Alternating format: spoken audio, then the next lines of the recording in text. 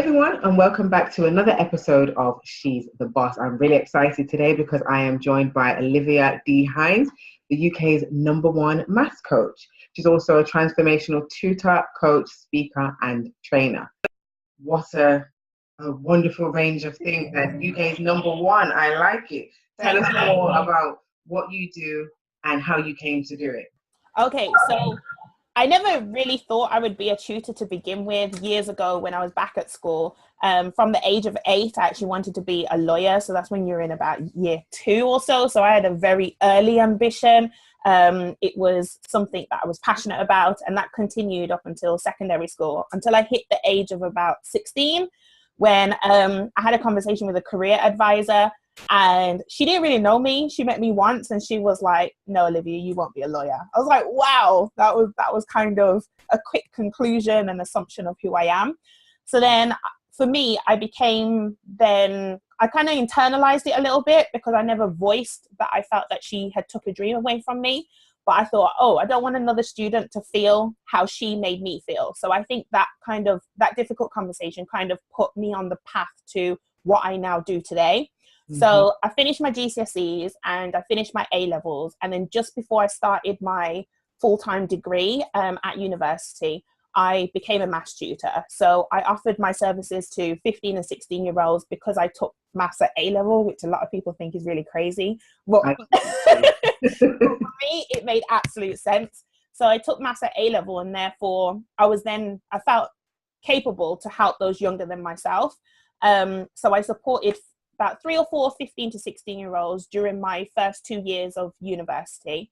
But then partway through my degree, I moved to Mexico City for a year to do a work placement. So I couldn't take my students with me, and I also couldn't continue tutoring whilst out there, because I kind of wanted to grow and develop and kind of really focus all my energy on the work placement that I was doing and my research project while I was out there and stuff. And then when I came back, I didn't pick up tutoring straight away, but I started doing more work in schools and helping students on more creative programs. So those who are not necessarily interested in the academia side of school, but more a case of wanting to explore entrepreneurial skills or look at personal development or prepare for their application processes when they're looking at jobs quite early and stuff like that. So I did more work alongside schools and colleges. But then last year, so yes, because we're in 2018, so 2017, last year, I picked up my tutoring again, and I now have about 16 across 4 key subjects: maths, English literature, Spanish, and business studies. But within that, I have a coaching element, so I focus on the individual. So I've obviously tailored my delivery to how that student learns and how they prefer to be taught. And that's how it's kind of just evolved. So I've gone from being an 18-year-old doing tutoring just to earn some money on the side whilst I'm a student, to it becoming something I do every day and have fallen in love with over and over and over again. So that's how I became a maths tutor in a snapshot. There's so many questions. And if anybody watches these interviews often will know my memory is terrible, so I try to ask all the questions at once. That's okay. We can rely on your memory instead of mine. That's okay. So the first question is, what were you studying at university that led you to go to Mexico City, and what kind of impact did that period in Mexico City have on you? And I guess the second question is, did you make a conscious effort to say, I'm not going to go and look for a full-time job, I'm just going to continue with tutoring? And how did you come to make that quite solid decision? Well, in answer to your first question, my degree was international business and Spanish. So because of the language element, it was part of the degree's outline that I had to spend time in a Spanish-speaking country. Now, the easy option, or what most of my other peers did, was stayed in Europe. So obviously they went to Spain, and my degree also had other variations. So they had international business and French, and also international business and German. So most of them, so everyone except for 2 people in that year, stayed in Europe. So they either went to Switzerland or Germany or France or Spain. However, because of the things that I did in my first 2 years of university, my course director made contact with me and said, I have a contact in Mexico City. So if you're interested, although I know that you're really close to your family, so you may not want to go, but if you're interested, there's an opportunity in Mexico City. So I just took the opportunity because I never thought I'd be offered anything so fantastic again. So I went for it, although I did have a conversation with my mom first. And she said to me, Olivia, let them say no to you rather than you say no to the opportunity. So I kind of followed her advice in that aspect. And what I got from that experience, I guess that's when I really learned about stepping outside of your comfort zone and allowing yourself to grow and learn and develop and explore who you are. Because I think before I went out there, I had an idea of who I was, but obviously when you're in an environment where you cannot see yourself, you're forced to look at yourself. So how I usually describe my Mexico experience is that in the midst of being lost, I did find myself. So I was in the middle of nowhere, no friends, no family, no real connection to what I was used to. And then I was then forced to look internally and also externally, because I looked very different to a lot of people that I lived like near to and around. And I learned a lot. I feel like I honestly believe I grew as an individual, because you're kind of thrown in at the deep end. So you have to learn how to swim. You've got no floats or anything like that. So you kind of learn things the hard way. But at the same time, you come back stronger because you know how to stand on your own 2 feet. Mm-hmm. And then when I came back, I guess having that time out of study, I was warned, but I didn't think it would actually happen. That whole reintegration into study again was difficult. So my final year of uni was actually harder than my year away from home, even though I got homesick after 6 months or so out there. I think I get bored easily. So when I came back, it was like, oh my gosh, I can't believe I'm in my home country and I still don't feel 100% comfortable. And I think it's that pressure of people finding jobs and everything. And I knew from a very, very young age that I didn't want to work for anyone. My mom will tell you that, because I have these conversations with her all the time, that I knew that I wanted to kind of do my own thing in whatever industry I'm in, but I wanted to kind of have that flexibility and that freedom of movement and that versatility, because I know that I can get bored pretty easily. So if I was doing the same job all the time, even though I have the capabilities or the skills to do so, it wouldn't make me happy. Mm-hmm. So I think for me, I knew that I wouldn't be following the traditional route, which I battled with, because everyone's going for graduate schemes and everyone's looking at that organization and doing applications and interviews and assessment centers and everything. And here's me thinking, oh my gosh, I just need to get something on, like, to build something from the ground up. So I was throwing financial stability out the window. Everyone knows that going it on your own is not easy, and it's not always the most sustainable. However, I was trying to focus on my vision, and my vision is I've always tried to make it stronger than my fear, so then I can have something to pull me forward. So I think it's because I didn't want to do what everyone else was doing, and that's probably why I went down the like unorthodox route or the unexpected route, mm-hmm. what very few people dare to do but wish they could do. And what was the scariest thing about taking that leap? Oh, not knowing how I was gonna finance anything. I guess, I mean, I still see it now, like people who are in comfortable jobs, and I use the word comfortable because they know how much they're getting each month, whether they turn up or not, or that kind of thing. And then they're going on holiday and everything, and then here's you're just trying to get your first client or get your first 5 clients, and then trying to get them to stay, on finding different ways and learning about marketing, learning about, I don't know, personal finances, learning about how to negotiate, how to network and reach more people, adapting your business model and learning about funnels. I guess it's just, there's so much you need to absorb before you can feel like you can actually turn it into any kind of reward.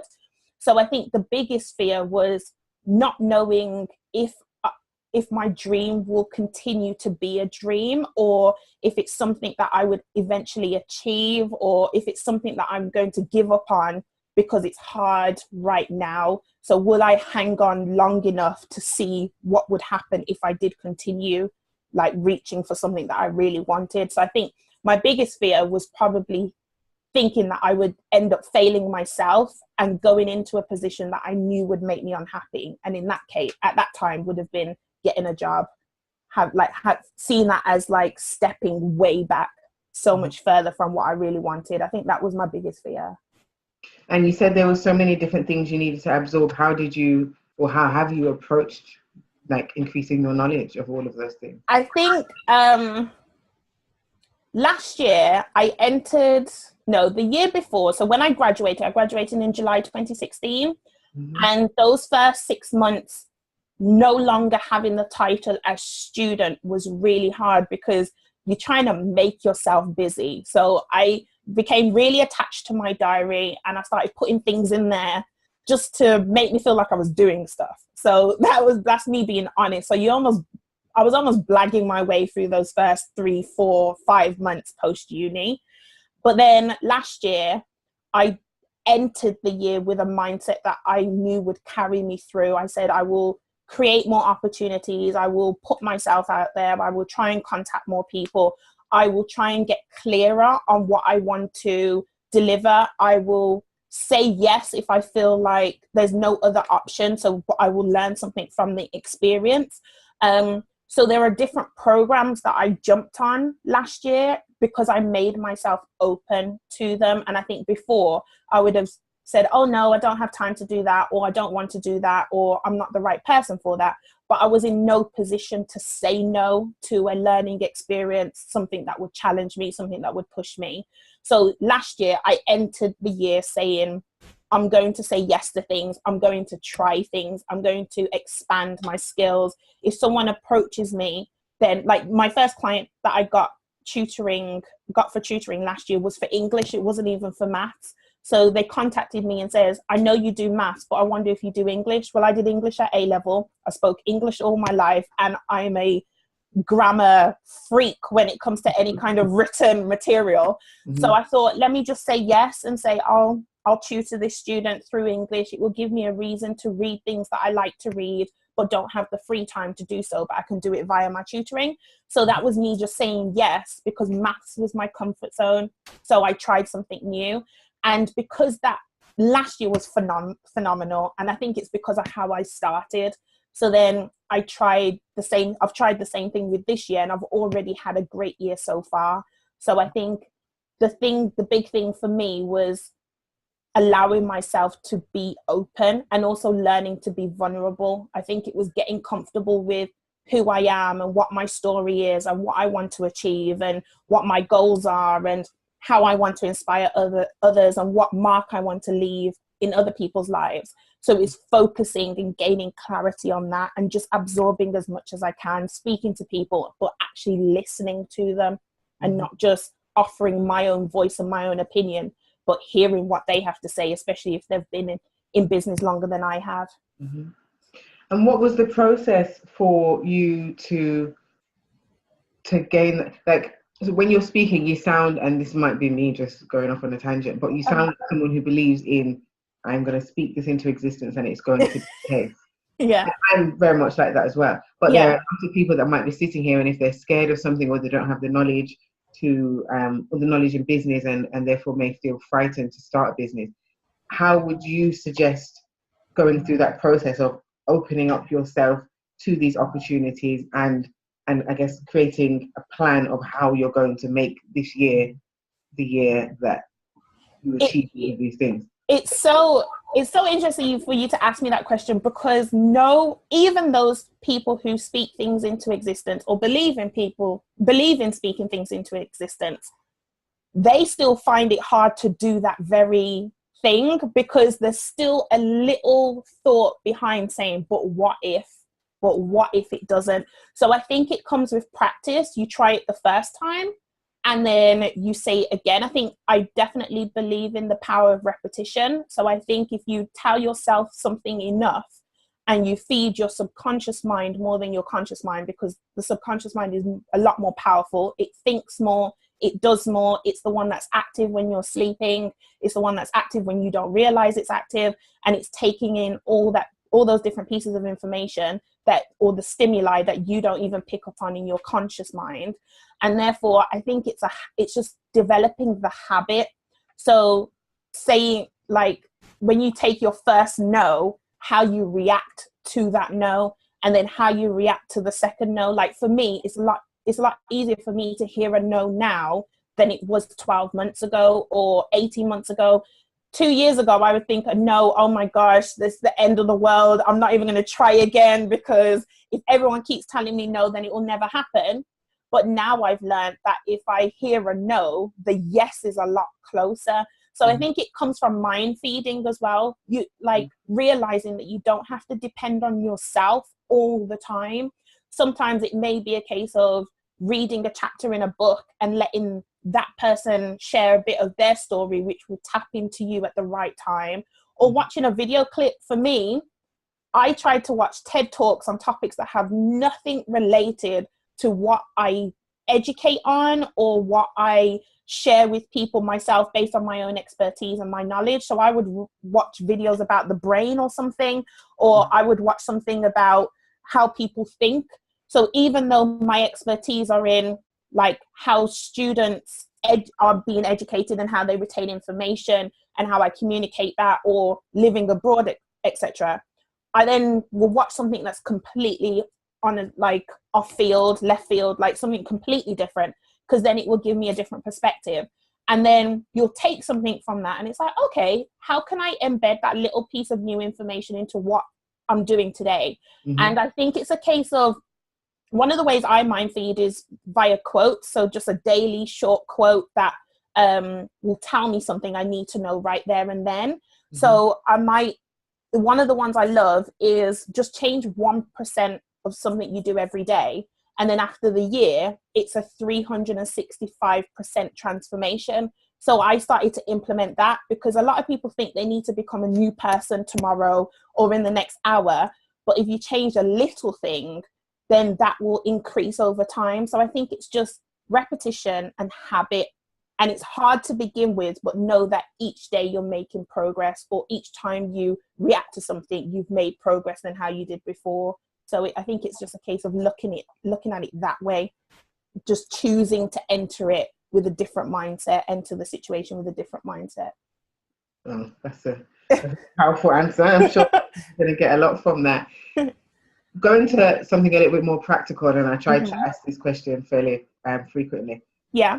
What has been the process of you marketing yourself and getting your first clients? What exactly have you done to do that? Because a lot of clients ask me, okay, I'm starting my business and it's all well and good to say I'm in a business, but what do I do to get a client? Who do I speak to? Where do I go? So what was your journey to achieve that?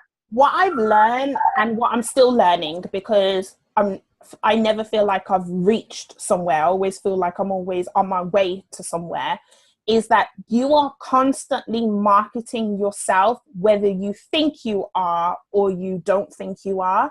So how I got that first client last year is because that person would have seen the things I was posting in the months or years beforehand. So what I've noticed, especially in the last 9 or so months, most of my clients come through recommendation. That's how I've got a lot of my new ones or newer ones, and why they've stayed as well, because from their experience of me, they then know someone else who's looking for something similar, and therefore they recommend me because of the way in which I've been just very much myself. So even when you don't realize you're marketing yourself or showing your personal brand, you actually are. So everything you post or everything you say, or like I almost see every time I engage with someone as an audition. Like that's how I see it, because sometimes I'll be invited to an event to do a workshop where there's different schools or different students from different schools turning up. So I see it as an audition, because then maybe the teacher from that particular school likes how I delivered that workshop with a mixed group and wants me to come in and do the same thing for the entire year group at that school. So it's almost like seeing every engagement as an opportunity to show that person or that group of people what you can do, who you are. So it can happen at any time. So, but it depends also on the business that you're in. So certain platforms will work best for some, whereas others are better for them. So I noticed that sometimes if you're in fashion and things, taking images and using Instagram, that platform is perfect. However, with me, because I almost have like a customer and I have a consumer, my consumer being the student, that's the person who gets the service, but my customer is the parent. So sometimes I have to look at the language that I use for both of them, and I've got to be able to navigate that landscape. So it's something I'm learning gradually and becoming increasingly better at, is what parents are looking for and what students need. So you've almost got to think about what spaces your ideal client are in and go from there. But I would say just know that you are marketing yourself all the time. So either someone's getting a good vibe or someone's getting a bad vibe, but they're getting some kind of vibe from you, even if it's indirect. So you don't even know that person may be seeing your posts or seeing the images that you're sharing, or hearing what you're saying, or looking at how you engage with people, the way in which you communicate via email, all those different things. People have opinions, and they form opinions on some of the smallest things.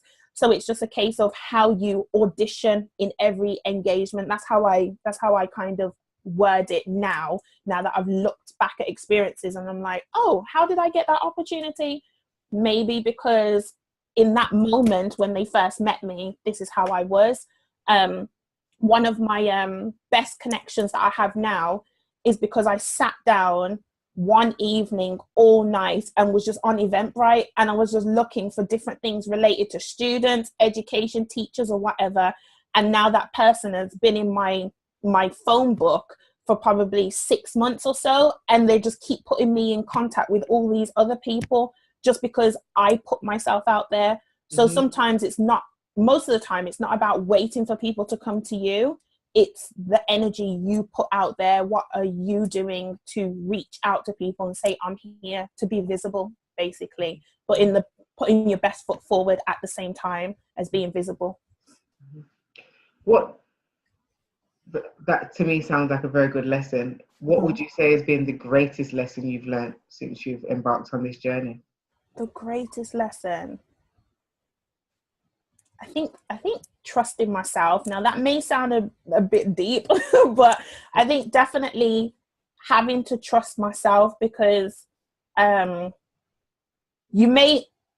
you may say, oh, that's a good idea, and then you tell someone and then it's like they may think, oh no, it's not a good idea, or they may ask you all these questions, not to discredit what you've thought about, but more case of to get you to think of it on a deeper level. So trust that your base idea is good, but it can go deeper, or it can be more strategic, or it can be shaped. So trusting yourself is a part of trusting others with what you're considering doing, because taking on other people's advice, but you can only do that when you're comfortable with yourself. Because if you're not comfortable with yourself, then it doesn't matter what anyone else says, you will take it as a negative, or you would think that you have to follow what they say, even though you know that maybe your idea is better, or even you don't follow you do follow what you're doing, but then you're being almost ignorant to what they could be adding value to, kind of thing. So trusting yourself. I think one of the quotes I did with one of the things I got a group of year 11s to repeat when I did a talk with them is, your respect for others is a direct reflection of your respect for self. So I think it wraps up in that. So once you get comfortable with yourself, you trust yourself, you respect your ideas, you'll then be more open to take on what other people are trying to help you with. And so just know that what you've got is raw, and then someone else is coming in just to help you mold it in a way. But then it's also knowing who to trust with certain ideas as well. So it's having that that level of understanding of what people's intentions are. But it does have to start with you, because you're the person who has to get yourself up in the morning. You're the person who has to structure your day, know what your goals are, refocus on your vision, change your path sometimes, face challenges, face obstacles, and still get up fighting because that's what you want. So I think trusting yourself is huge. It's definitely, it's at your core. It's very important. You mentioned obstacles. Yeah. What are some of the, I guess, biggest obstacles or hurdles that you've had to overcome in the last 2 years? At the beginning, I always thought I was too young. Going into networking spaces, where as sociable as I am and as talkative as I can be, as you probably guessed, at the beginning, I struggled with being in spaces knowing that I was the youngest person, because I almost felt like I didn't deserve to be there, or it wasn't right for me to be there, because I always thought age was a thing you had to qualify. I guess that's what I looked at. So I think that's been a huge perceived barrier, because it's not actually there, especially in the line of work that I do. It's not an actual barrier, it's just something that I've put there myself. And the reason why I can say that is because it's lowered a lot over the last 2 years. I guess another obstacle is at the beginning, when is my next client coming? Because you get one, and then you get two, and then you get three, and it's like, oh, are they going to stay? And how am I going to get another one? Because I've still got days to fill. And I'm still facing obstacles now. For me, it's a case of how can I scale up, because almost all my tutoring slots have gone. And I help you with that one. I'm working on my online platform and my virtual material, etc. So I've already got projects underway on in terms of my scaling. But for a while I was thinking how, but now it's a case of, oh my gosh, I'm getting really excited about the projects that I'm doing to be able to do that. But then I'm also, I guess you also think about, if you still question yourself, am I good enough? Or do I have the right information? Do I need to top up on my information? So every now and again, I'll go into a zone where I need to absorb, because I'm constantly pouring into other people. I need to top my own glass up so that I can constantly have something to pour from. So there's that aspect. But yeah, I think obstacles come in different shapes and sizes. It depends on what day it is. It depends on, for me, it was like wanting to get into more schools a few months ago. And now it's a case of, what am I offering to schools, and how am I going to tailor it, and how will I be consistent? Because at first it was getting the clients, then being consistent, and then having stability. So it's constantly a growth. You're constantly on this growth journey, and you're constantly learning and tweaking as you go along. But the obstacles I've overcome have been great. I mean, I look back now and I'm glad they were there, because I feel like if I was to ever face the situation again, I have a better route out of it, because I've been there, done that. Okay, that way didn't work. Let me try this way instead. Or I can even prevent those kind of same obstacles occurring, because I've seen them before, so I can see the triggers or anything. But yeah, I'd say it's the embracing of obstacles and the embracing of challenges, which is a huge thing to learn, because you can't avoid them. A lot of people try to avoid them, and that can actually make things worse. So it's just embracing them. 3 pieces of advice you'd give to someone who's considering quitting everything and going into business, or setting up as a consultant, a coach, or just working for themselves? 3 pieces of advice. Make your vision bigger than your current circumstance. So I think that's huge. In terms of just, in some ways, let your vision scare you. Be like, oh my gosh, that's massive. Can I achieve it? You want to constantly ask yourself, can I achieve it? Because then that will pull you forward. So definitely making your vision bigger than your current circumstance. Ask questions. I encourage my students to ask questions. And I'm a very inquisitive person, so I'm always asking questions, but getting comfortable with asking questions. And I think the last thing would be the trust yourself. Trust yourself. If you feel like writing it down, or if you need to listen to someone else's story, just to know that they eventually got there despite everything that was in their way, just know that it's within your reach. You've just got to decide it's within your reach, and then as soon as you make that decision, then it is within your reach. You are the only one between you and your next goal. So I would definitely say that. So stay on track, make your vision bigger than your current circumstance, and ask questions. Great advice. 5 years from now, where is Olivia D Hinds? Physically or mentally? Everything. 5 years from now, I'll be approaching my 30th birthday. So you're making me feel old, but carry on. So that would be a huge milestone. I definitely see myself having a global brand, or a stronger global brand, being so much closer to what I've set my sights on from day one, but it being bigger than it is now, because obviously 5 years from now, it's a lot of time.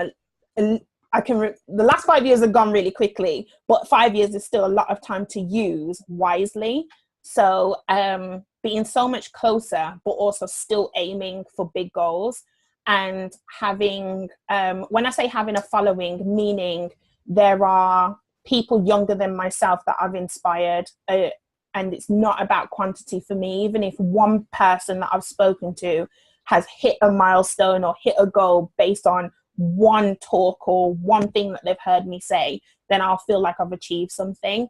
So I'd say having a very strong brand with a wider target audience, more people aware of who I am and what my work is, and me just wanting to engage with more people. So I'm definitely looking at the globe. Mm-hmm. Definitely. In 5 years' time, if I haven't touched half of the globe, then I'm falling short somewhere, and it's still a goal. I love it. My motto is think big. Exactly. Pushing. So that fits very nicely. I am on it. No, I love that. If people want to find out more about your services and about yourself, where can they go to do that? They can go to oliviadhinds.com. So just my name.com. My website is a huge goal of mine this year. So I'm definitely feeding more material to it. So that's the best place to, if they want to get in touch with me.